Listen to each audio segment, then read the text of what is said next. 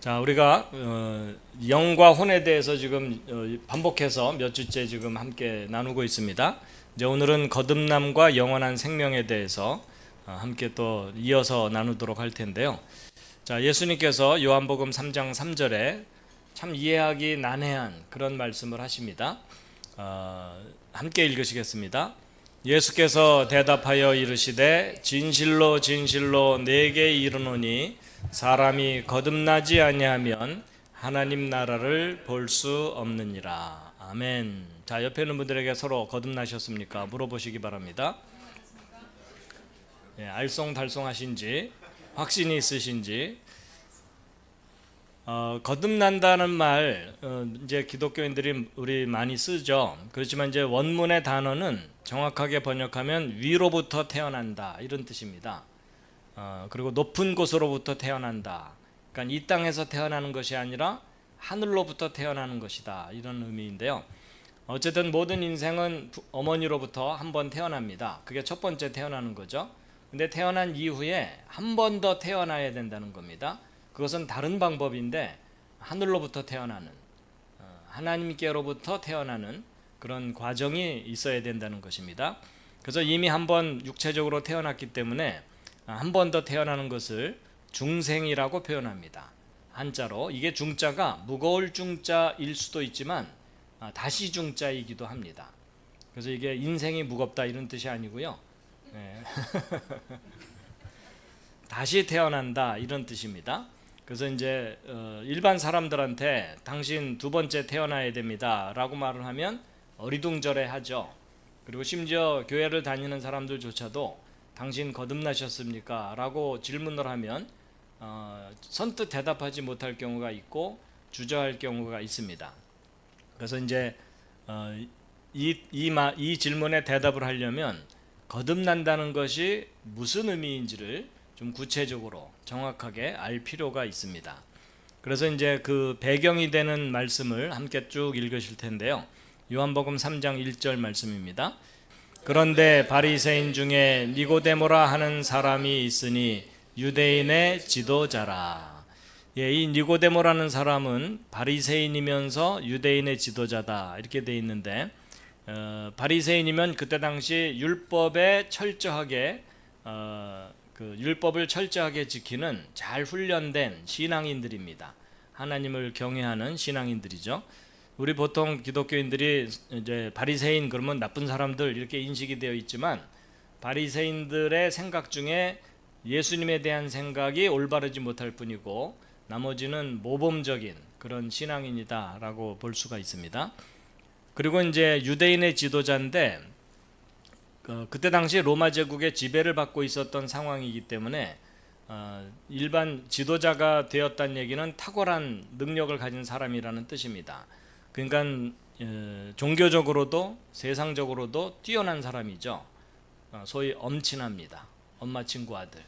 모든 걸 다 잘해서 나를 우울하게 만드는 엄마 친구 아들입니다. 아주 탁월한 지도자이죠. 그 니고데모가 이제 예수님을 찾아오게 되는데요.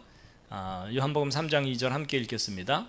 그가 밤에 예수께 와서 이르되 랍비여 우리가 당신은 하나님께로부터 오신 선생인 줄 아나이다. 하나님이 함께 하시지 아니하시면 당신이 행하시는 이 표적을 아무라도 할 수 없음이니이다.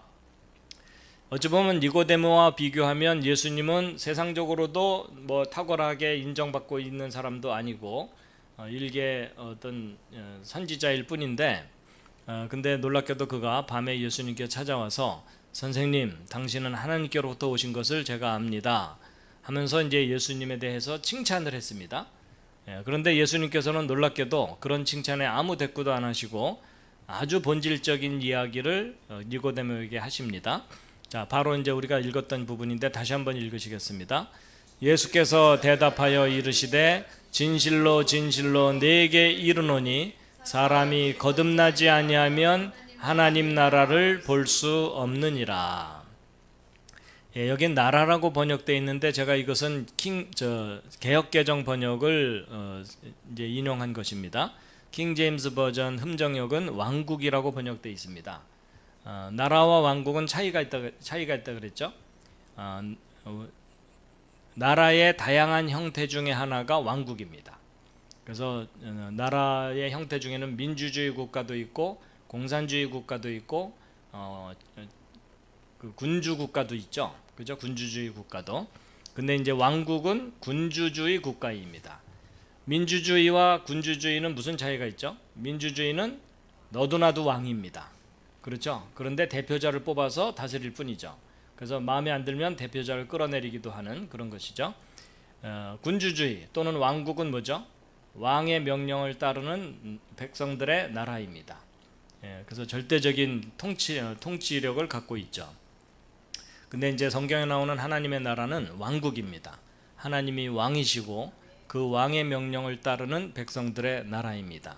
근데 그 왕권을 예수 그리스도에게 넘겨주셨기 때문에 우리는 예수 그리스도를 왕으로 삼고 그 왕의 명령을 따르는 그런 백성들이라고 할 수 있겠습니다. 자, 그래서 이제 예수님께서 네가 아무리 나를 칭찬하지만 거듭나지 않으면 하나님의 왕국에 들어갈 수 없다, 이렇게 말씀을 합니다.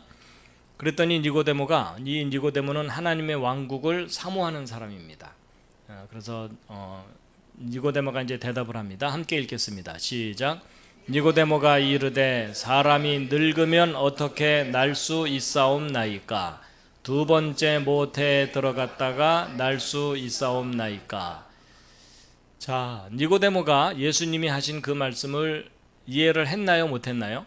못했습니다. 그렇죠? 그래서 자기는 분명히 어머니로부터 한 번 태어났는데 또 한 번 태어나야 된다는 그런 말을 하니까 그럼 내가 한 번 더 태어나려면 어머니 뱃속을 다시 들어갔다 나와야 됩니까? 이렇게 물어본 거죠. 그랬더니 예수님께서 그거야 이러신 게 아니라 뭐 다 큰 사람이 어떻게 어머니 뱃속을 다시 들어갈 수가 있겠어요? 그러면서 이제 그 거듭남에 대해서 하시는 말씀입니다. 자, 요한복음 3장 5절 6절 함께 읽겠습니다. 시작. 진실로 진실로 내게 이르노니 사람이 물과 성령으로 나지 아니하면 하나님의 나라에 들어갈 수 없느니라. 육으로 난 것은 육이요 영으로 난 것은 영이니. 자, 예수님의 대답을 대부분의 사람들이 알아듣기가 쉽지가 않습니다. 그렇죠? 예, 물로 나는 것은 또 뭐고 성령으로 나는 것은 뭔가? 물로 태어난다는 말과 성령으로 태어난다는 말이 정확하게 무슨 뜻인지 알기가 쉽지 않고요. 또 육으로 난 것은 육일 뿐이고 영으로 난 것은 영이다라는 말도 이제 알아듣기가 쉽지가 않습니다. 자, 그러면서 이제 그 다음에 예수님께서 알쏭달쏭한 말씀을 또 하시는데 함께 읽겠습니다. 내가 네게 거듭나야 하겠다 하는 말을 놀랍게 여기지 말라. 바람이 임의로 불매 네가 그 소리는 들어도 어디서 와서 어디로 가는지 알지 못하나니 성령으로 난 사람은 다 그러하니라. 예수님께서 하신 말씀들이 다 놀라운 말씀들입니다. 일반 사람들이 쉽게 깨달을 수 없는. 그러면서 성령으로 난 사람들은 바람처럼 소리는 들리지만 도대체 어디서부터 어디 가는지 알지 못하는 것처럼 성령으로 난 사람도 그러하다, 이렇게 말씀을 하십니다. 거기에 대한 니고데모의 대답이 있습니다. 함께 읽겠습니다. 시작. 니고데모가 대답하여 이르되 어찌 그러한 일이 있을 수 있나이까? 예수께서 그에게 대답하여 이르시되 너는 이스라엘의 선생으로서 이러한 것들을 알지 못하느냐? 자, 니고데모가 또 알아들었습니까? 못 알아들었습니까? 못 알아들었습니다. 그렇죠? 그런 게 도대체 무슨 의미입니까? 그랬더니 예수님께서 야, 너 선생인데 그것도 모르냐? 이러셨죠? 그럼 적어도 누군가에게 성경을 가르치는 사람은 거듭난다는 게 무슨 의미인지를 알아야 된다는 의미겠죠? 근데 오늘 여기 오신 여러분들은 거듭난다는 것에 대해서 알고 계시는 분들도 계시지만 누군가에게 잘 설명할 수가 있으십니까? 이게 쉽지가 않습니다. 그렇죠? 그렇다고 좌절하진 마시기 바랍니다. 니고데모 같은 훌륭한 사람도 못 알아들었으면 여러분과 제가 못 알아듣는 거 당연합니다. 기죽지 마시고요. 그렇지만 이제 어렵긴 해도 알아듣긴 알아들어야 되는 아주 중요한 개념이 거듭남입니다. 자, 거듭난다는 것을 이해하고 사람들에게 잘 설명하려면 영과 혼이 무엇인지를 잘 구별해서 알아야 되는데, 이미 이제 지난 앞에 예배 때 영과 혼을 구별하는 것에 대해서는 다 이제 이해를 해드렸죠. 예. 이해를 하셨는지를 물어보는 게 아니라 이해시켜드리기 위해서 저는 노력을 했다, 이 얘기를 해드리는 겁니다. 자, 그래서 이제 오늘은 옆에 앉은 분의 영을 인식하는 방법을 알려드리려고 합니다. 실례지만 옆에 있는 분 한번 살짝 보시겠습니다. 옆에 있는 분의 영과 혼이 보이십니까? 예. 그리고 다시 한번 옆에 있는 분을 보시고 옆에 있는 분의 마음이 보이십니까? 예. 10길 물속은 알아도 한 길 사람 속은 모른다는 속담이 있듯이, 예, 사람의 마음을 헤아리는 일은 참 거의 불가능한 일 중에 하나인데, 그럼에도 불구하고 제가 오늘 옆에 앉은 분의 마음을 읽는 방법을 알려드리도록 하겠습니다. 독심술이라고 하죠. 예. 자, 이 인식의 원리라는 게 있어서 이제 이미 아시는 분들도 계시지만 복습을 위해서 차근차근 좀 설명을 드리겠습니다. 자, 이 부분은 넘어가고요. 자, 여러분 다른 사람의 마음을 읽는 과학적인 원리가 있습니다. 3단계입니다. 3단계. 첫 번째는 차원이 같아야 됩니다. 차원이 같아야 되는데 무슨 말이냐? 여러분, 길이를 재려면 자로 재고 무게를 재려면 저울로 재죠.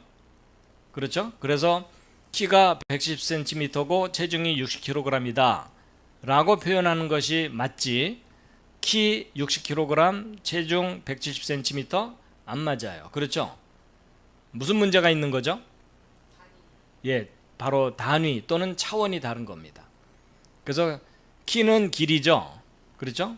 그럼 길이는 길이로 재야 되고 무게는 무게로 재는 겁니다.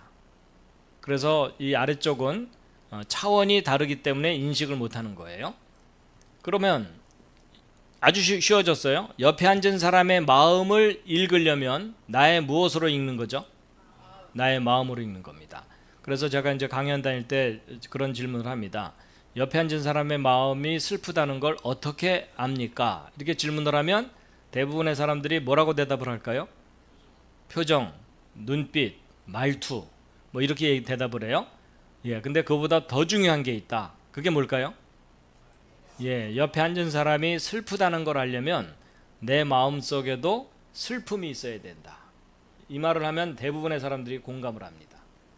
태어나서 한 번도 슬픈 일을 겪어보지 않은 사람은 다른 사람의 슬픔을 이해를 할까요? 못할까요? 네, 못합니다. 또 큰 슬픔을 겪은 사람은 다른 사람의 슬픔을 알아차립니다. 그렇죠? 또 너무 슬프게 성장한 사람은 즐거움을 잘 누리지 못하는 경향이 있어요. 그렇죠? 그래서 다른 사람의 슬픔은 내가 경험한 슬픔으로 인식을 하는 겁니다. 맞죠? 예. 그래서 슬픔을 크게 당하지 않았던 사람은 다른 사람의 슬픔을 그다지 깊게 느끼지 못합니다. 근데 자기 자신이 큰 슬픔을 겪은 사람은 다른 사람의 작은 슬픔도 크게 느껴질 수가 있죠. 그래서 슬픔은 반드시 슬픔으로 인식하는 거기 때문에 옆에 앉은 사람의 마음은 내 마음으로 인식하는 거고요. 이제 그 두 번째로 중요한 게 있습니다. 예, 이것도 중요한데 두 번째는 질서가 있어야 됩니다. 무슨 말이냐? 여러분, 왼쪽에 있는 자, 오른쪽에 있는 자 둘 다 자이죠. 근데 오른쪽에 있는 자가 문제가 심각하죠. 이 오른쪽에 있는 자는 뭐가 없을까요? 질서가 없습니다. 그렇죠? 예, 그래서 이 길이를 재려면 질서가 있어야만 길이를 재거든요. 그렇다면 똑같이 이 원리를 적용하면 옆에 앉은 사람의 마음을 인식하려면 내 마음에 뭐가 있어야 될까요? 질서가 있어야 됩니다. 그렇죠? 나도 요즘 내 마음을 잘 모르겠어 이러는 사람은 자기 마음의 질서도 무너졌기 때문에 다른 사람의 슬픔과 기쁨과 이런 걸 고려할 여유가 없어요. 그렇죠? 예. 그렇기 때문에 대개 다른 사람의 마음을 잘 헤아리는 사람은 자기 마음 속에 질서가 있는 사람들입니다. 동의되시죠? 그렇죠? 예. 자, 이제 세 번째가 더 중요합니다. 이게 사실은 이게 가장 중요합니다. 질서라고 다 질서가 아닙니다. 사람들이 여기에 속거든요. 뭐가 있냐면 표준 질서가 따로 있습니다. 표준 질서는 다른 말로 표현하면 완전한 질서입니다. 자, 이게 무슨 의미냐면요. 잘 보세요. 자, 여러분 위에 있는 자하고 밑에 있는 자가 둘 다 질서가 있어요. 맞죠? 눈금이 정확한 간격으로 반듯하게 있죠? 둘 다 질서가 있는데 위쪽에 있는 자가 표준자면 밑에 있는 건 짝퉁입니다. 그렇죠? 이 밑에 있는 자를 갖고 평생 재봤자 100% 틀립니다. 맞죠? 제가 이제 우리 전도사님, 이정인 전도사님 실례지만 얼굴 크기를 이거 너무 실례인데 취소하겠습니다. 취소. 이건 너무 실례라 취소하겠습니다. 그냥 제 얼굴 크기를 잰다고 하겠습니다. 자, 이게 뭐 예를 들어 10cm 자라고 치자고요. 그렇죠? 아니 이게 이게 30cm 자라고, 이게 사실 10cm인데 이걸 30cm로 잘못 알고 있으면 이 자를 갖고 제 얼굴 크기를 재면 30cm가 넘는 거예요. 그렇죠? 그러니까 그것은 완전한 정확한 계측이 아니죠. 그렇죠? 바로 이제 그런 겁니다. 그래서 질서라고 다 질서가 아니라 완전한 질서, 표준 질서는 따로 있기 때문에 그걸 모르면 실패하는 겁니다. 그렇죠?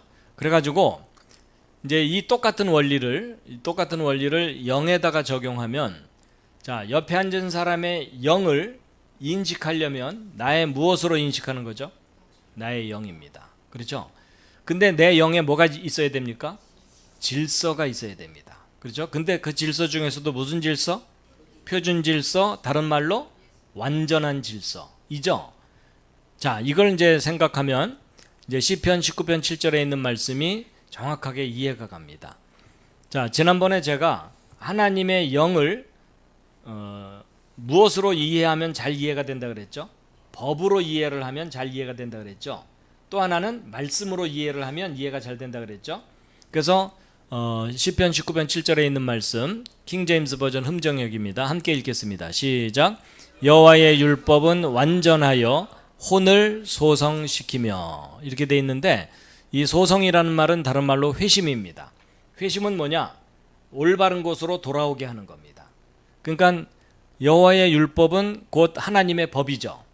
근데 하나님의 법은 다른 말로 표현하면 하나님의 영입니다. 그 영이 어떻기 때문에? 완전하신 영이기 때문에 사람들을 회심시킨다, 돌아서게 한다. 그러니까 하나님을 등지던 사람들에게 하나님을 향하게 한다는 거죠. 그러니까 하나님의 법은 완전하다는 겁니다. 그러니까 완전한 질서입니다. 그래서 하나님의 완전한 질서의 말씀을 우리가 받아들이면 우리의 혼이 살아난다는 겁니다. 하나님 앞에서. 그런 의미로 보시면 되겠습니다. 그래서 우리의 영과 우리의 혼을 살게 하는 것은 하나님의 법을 받아들이는 겁니다. 생명의 법을 받아들이면 영원히 살 수 있습니다. 그 법을 선포하러 오신 분이 누굴까요? 예수 그리스도이십니다. 나로 말미암지 않고는 아버지께로 올 자가 없느니라. 그게 하나님의 법입니다. 그렇죠?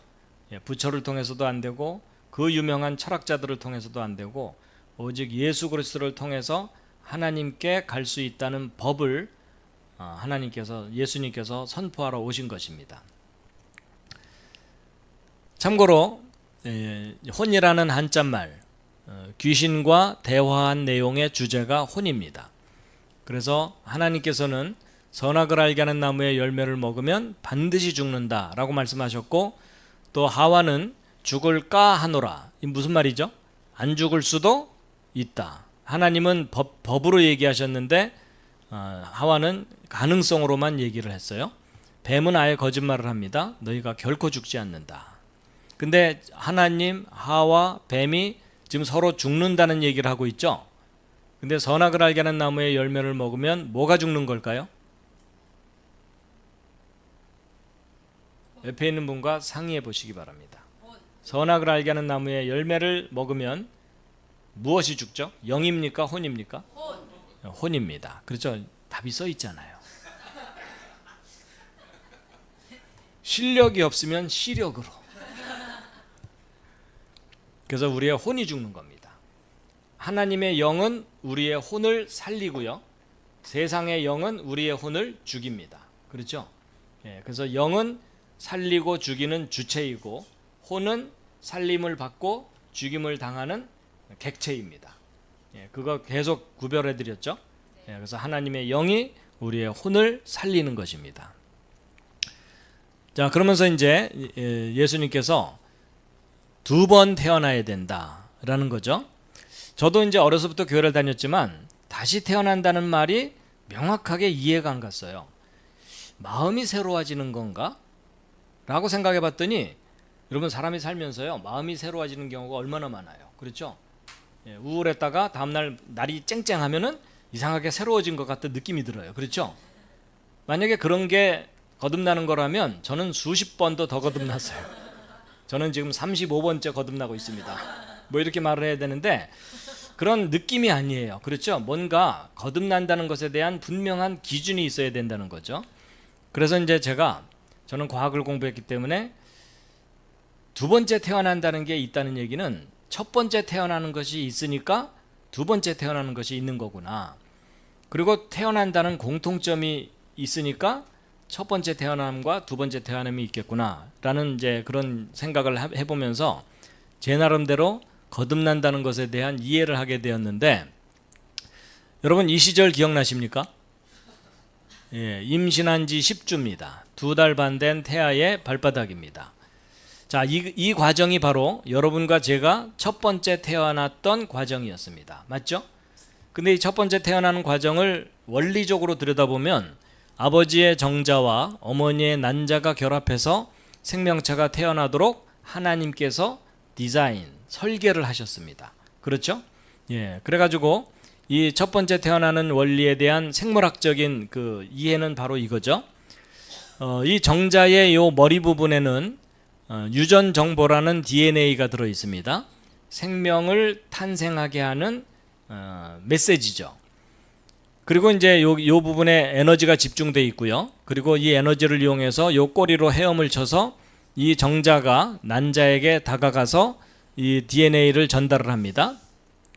근데 이 난자는 그 자체로 하나의 생명체입니다.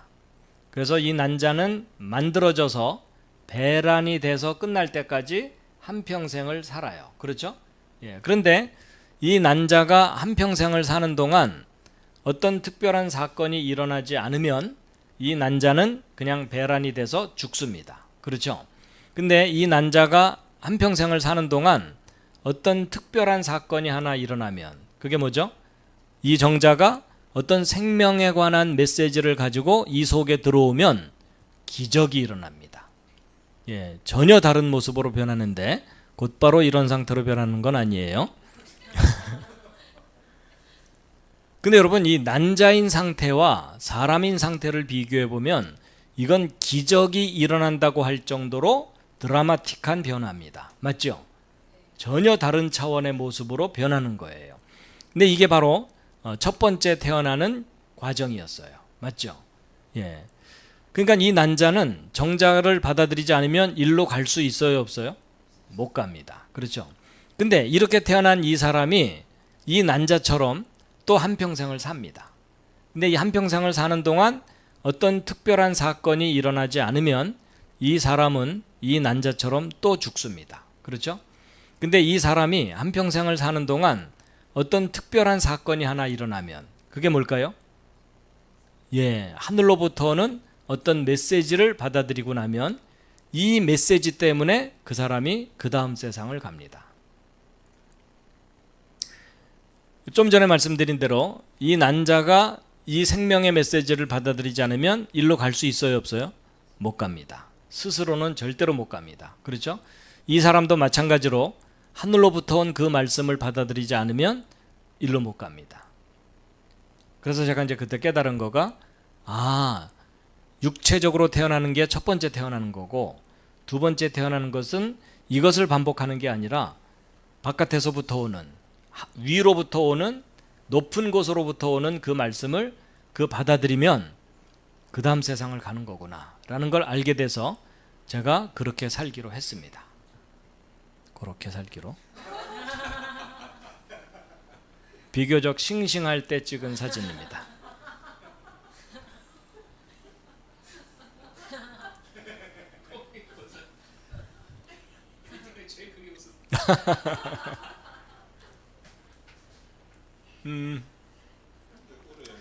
이것을 좀 더 이해를 한다면 이런 거죠. 사람의 말에 능력이 있습니다. 그렇죠? 이걸 사람이 실험해 볼 수도 있죠. 예를 들어 어떤 사람을 놓고 주변 사람들이 계속 부정적인 말을 하잖아요. 뭐 당신 참 성질이 못됐다. 어떻게 이렇게 브람자매가 왜 저렇게 웃을까요? 그건 나중에 이제 확인해 보기로 하고, 부정적인 말을 하면 사람들이 처음에는 그 사람이 처음에는 농담하나 이러다가 모든 사람이 그 사람에게 부정적인 말을 하면 그 사람이 변합니다. 어떻게 변하죠? 마음에 분노가 생깁니다. 근데 그게 바깥으로 표출이 되면 사람들에게 폭행을 가하기도 하고요. 자기 자신에게 향하면 우울증이 생깁니다. 그렇죠? 그래서 자기를 망가뜨리거나 다른 사람들을 망가뜨리는 결과가 나옵니다.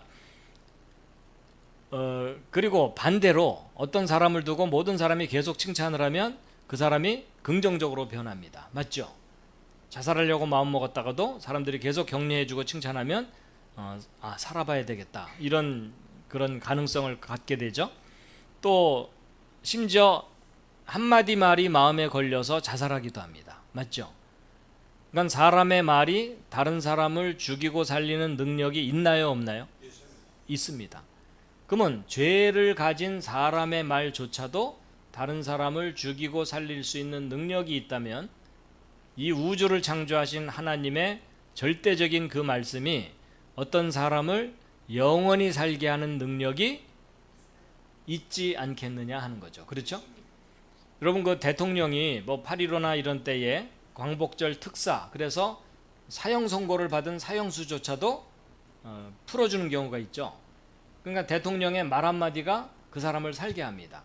그럼 사람의 말도 다른 사람을 살게 할진데, 이 우주를 창조하신 하나님, 영원하신 그 하나님의 말씀이 어떤 사람 속에 들어가면 그 사람 때문이 아니라 그 사람에게 들어간 그 말씀 때문에 그 사람을 영원히 살게 할 수 있지 않느냐라는 거죠. 그렇죠?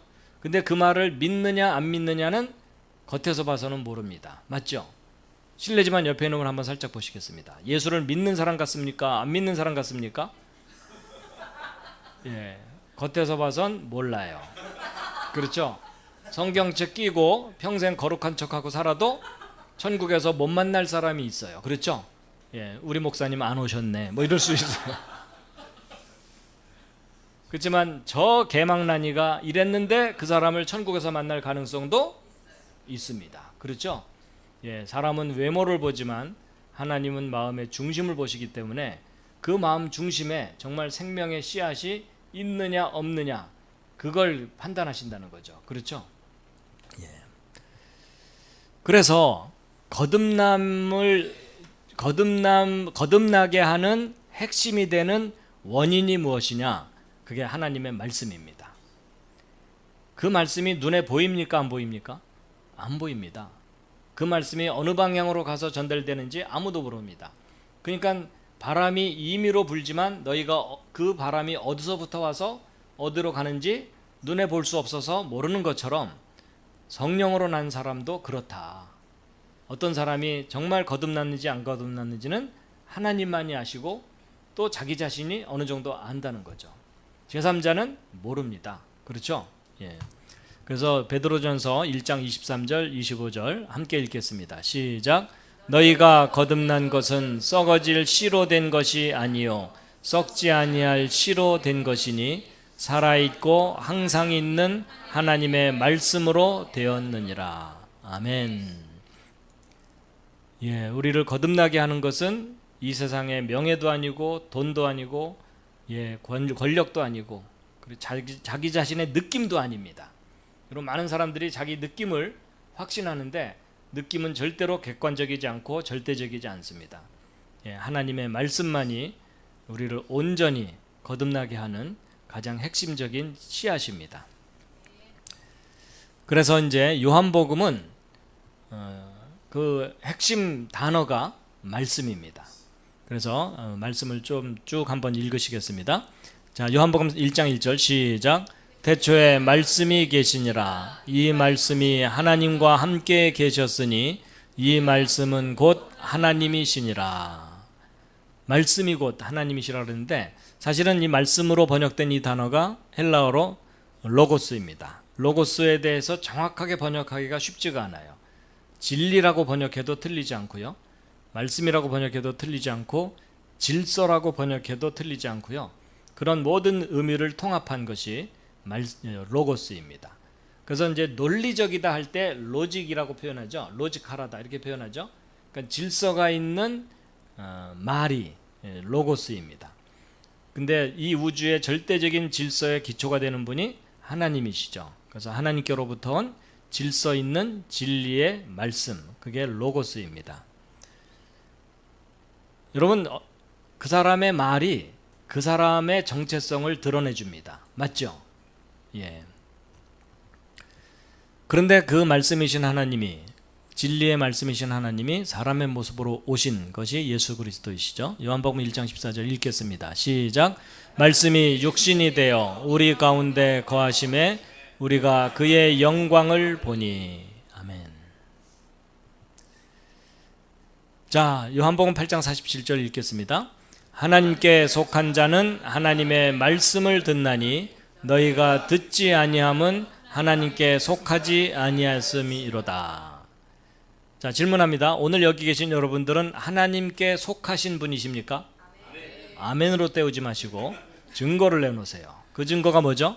하나님의 말씀을 듣는 겁니다.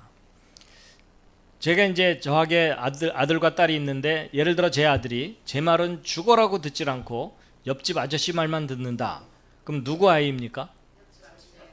이럴 때 지혜롭게 제 대답을 잘 하셔야 됩니다. DNA 검사를 하면 제 아들입니다. 그렇죠? 근데 그 아이의 정신과 혼은 누구 겁니까? 옆집 아저씨 겁니다. 그렇죠? 예. 그래서 내가 누구의 말을 듣고 살 것이냐, 어떤 기준을 받아들이고 살 것이냐 결정하셔야 됩니다. 자, 요한복음 5장 38절도 읽겠습니다. 그 말씀이 너희 속에 거하지 아니하니 이는 그가 보내신 이를 믿지 아니함이라. 하나님이 보내신 분이 예수 그리스도이시죠. 그 예수 그리스도를 믿으십니까? 아멘. 또 아멘으로 때우지 말라니까요. 예. 예, 하나님이 보내신 아들 예수 그리스도를 믿는 증거가 뭐죠? 그 말씀이 내 안에 살고 있어야 돼요. 맞죠? 그래서 수시로 떠오르고 그 말씀이 기준이 돼서 그 말씀을 따르면서 살아야, 그것이 하나님의 아들 예수 그리스도를 믿는 것입니다. 예. 자, 그 다음에 요한복음 8장 37절도 읽겠습니다. 시작. 나도 너희가 아브라함의 자손인 줄 아노라. 그러나 내 말이 너희 안에 있을 곳이 없으므로 나를 죽이려 하는도다. 여러분, 여기 보면은 이 정자가 난자 속에 들어가야 되는데, 이 난자가 정자를 받아들이지 않으면 이 난자 삽니까? 죽습니까? 죽습니다. 그리고 뭐도 죽죠? 정자도 죽습니다. 그러니까 하나님의 말씀이 이 사람 속에 들어가야 되는데, 이 사람이 받아들이지 않으면 이 사람도 죽고 이 말씀도 죽습니다. 그렇죠? 예. 제 아들이 제 말을 평생 동안 한마디도 듣지 않으면 그 아이의 마음속에는 제가 죽은 겁니다. 맞죠? 예. 그래서 갈라디아서 2장 20절 함께 읽겠습니다. 시작. 그런즉 이제는 내가 사는 것이 아니요 오직 내 안에 그리스도께서 사시는 것이라. 그리스도께서 산다는 것은 우리가 상상으로 예수님이 내 안에 살 거야 라고 상상하는 게 아니라 예수 그리스도의 말씀이 내 속에서 살아있어야 된다는 거죠. 그래서 나를 움직여야 된다는 거죠. 그래서 요한복음 6장 63절 함께 읽겠습니다. 시작. 살리는 것은 영이니 육은 무익하니라. 내가 너희에게 이른 말은 영이요 생명이라. 예수 그리스도께서 하신 그 말씀들이 영이라는 겁니다. 그렇다면 여러분은 예수 그리스도의 영을 받으셨습니까? 예. 예수 그리스도의 말씀이 여러분 속에 살아있을 때 예수 그리스도의 영을 받으신 거고, 그것이 우리를 영원히 살게 하는 생명입니다.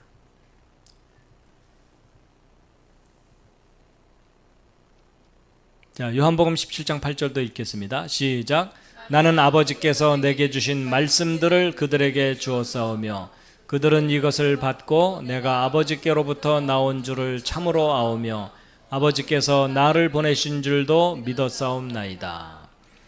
예수님께서는 하나님께서 주신 말씀, 그 말씀은 기준이죠. 법이고 질서고, 그 질서를 사람들에게 주러 오신 겁니다. 그러면 예수님께서 정확한 표준자를 갖고 있으면 우리가 그 표준자를 받아들이면 예수님과 내가 통합니다. 그렇죠? 그래서 예수님께서 요게 10cm보다 좀 크구나 이렇게 되면은 나도 재봤더니 똑같으면 예수님과 내가 통하죠. 그렇죠? 근데 내가 다른 자를 갖고 있어 갖고 예수님은 이게 10cm가 넘는다 그러는데 저는 어이구 안 되는데요 이랬다가는 예수님이 뭐라 그러실까요? 내가 너를 도무지 알지 못한다. 불법을 행하는 자들아. 불법이 뭡니까? 다른 기준이죠. 그렇죠? 다른 기준을 가진 자들아 나를 떠나라 이러시는 거죠. 그래서 하나님이 우리에게 주신 구원의 기준을 부인하거나 왜곡시키거나 그럴 때는 구원받지 못합니다. 왜냐하면 정확한 기준을 알지 못하는 거거든요. 그래서 이사야 8장 20절 말씀 함께 읽겠습니다. 시작. 마땅히 율법과 증거의 말씀을 쫓을지니 그들의 말하는 바가 이 말씀에 맞지 아니하면 그들이 정령이 아침빛을 보지 못하고, 절대적인 기준을 쫓아가지 않으면 결국 생명을 유지하지 못한다는 거죠. 예레미야 8장 9절도 읽겠습니다. 보라, 그들이 나 여호와의 말을 버렸으니 그들에게 무슨 지혜가 있으랴. 지혜의 근본은 하나님의 말씀입니다. 그렇죠? 예. 또 읽겠습니다. 요한복음 12장 48절. 나를 저버리고 내 말을 받지 아니하는 자를 심판할 이가 있으니 곧 내가 한 그 말이 마지막 날에 그를 심판하리라. 예수 그리스도의 그 말씀, 그 기준이 심판의 기준이라는 겁니다. 나로 말미암지 않고는 아버지께로 올 자가 없느니라. 근데 그걸 무시하고 다른 방법으로 아버지의 나라를 가려고 하면 버림을 받는 거죠. 읽겠습니다. 시편 1편 1절 2절 시작. 복 있는 사람은 악인들의 꾀를 따르지 아니하며 오직 여호와의 율법을 즐거워하여 그 율법을 주야로 묵상하는 자로다. 자, 이 복은 세상의 복이 아니라 하늘로부터 오는 복이죠. 진정한 복, 영원한 생명입니다. 하나님과 함께하는 그 복은 하나님의 법을 즐거워하는 사람들이다. 8장 51절도 읽겠습니다. 요한복음 시작. 진실로 진실로 너희에게 이르노니 사람이 내 말을 지키면 영원히 죽음을 보지 아니하리라. 이 말을 지킨다는 말은 그 생명의 말씀을 변질시키지 않고 지킨다는 뜻입니다. 그 기준을 지킨다는 거죠.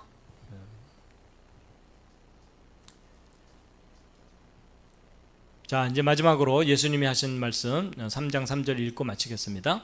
예수께서 대답하여 이르시되 진실로 진실로 내게 이르노니 사람이 거듭나지 아니하면 하나님의 나라를 볼 수 없느니라. 아멘. 다시 한번 옆에 있는 분에게 질문을 하겠습니다. 거듭나셨습니까? 지금 표정이 밝으셔야 되는데 뭔가 불안한 표정을 갖고 있는 분은 잘 돌봐드려야 됩니다.